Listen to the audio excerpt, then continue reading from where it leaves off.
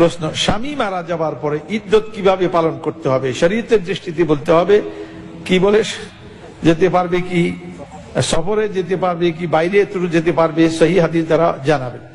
আসলে তাদের শোক পালন, আমাদের দেশে তো শোক আমরা অনেক ভুল করি। আমাদের দেশে কোনো নেতাও মারা গেলে খালি বছর বছর ঘুরে ঘুরে আমরা শোক পালন করি।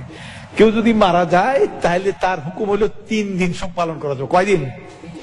3 দিনের পরে আর কোনো শোক নাই মুসলমানদের, মানে সুন্নাত অনুযায়ী 3 দিনের পরে কোনো শোক নাই। হ্যাঁ, তো মেয়েদের ব্যাপারে আছে যে স্বামী যদি মারা যায় তো ইয়াতারাব্বাসনা বিআনফুসিহিন্না, না না, ফাইদ্দাতুহুন্না 4 আশহুরিন ওয়া 10, 4 আশহুরিন 10, তারা 4 মাস 10 দিন, 4 মাস 10 দিন যাদের স্বামী মারা গেছে তারা 4 মাস 10 দিন তারা শোক পালন করবে।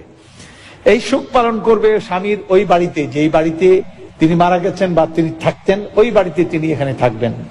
তিনি কোনো সাজগোজ করবেন না, এটাই শোক পালন হবে বোঝা যাবে। এবং তিনি বাইরে কোথাও সফরে টফরে যাবেন না, এই জায়গায় তিনি থাকবেন।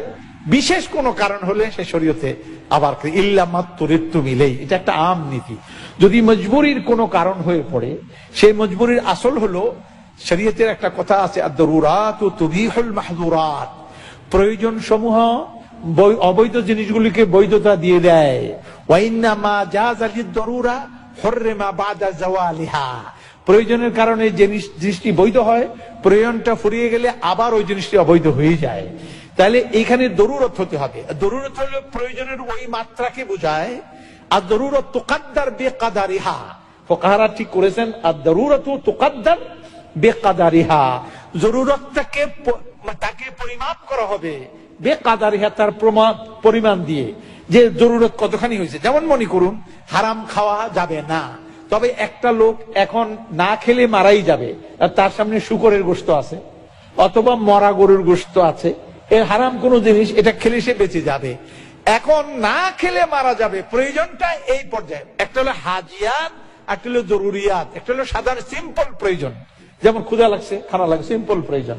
আর এমন ক্ষুধা না খেলে এখন, এটাকে বলে দরুরত, শরীয়তের পরিভাষায় এটাকে দরুরত। তাইলে এই পরিমাণ হলে পরে এটা জরুরত হিসেবে স্বীকার করা হবে।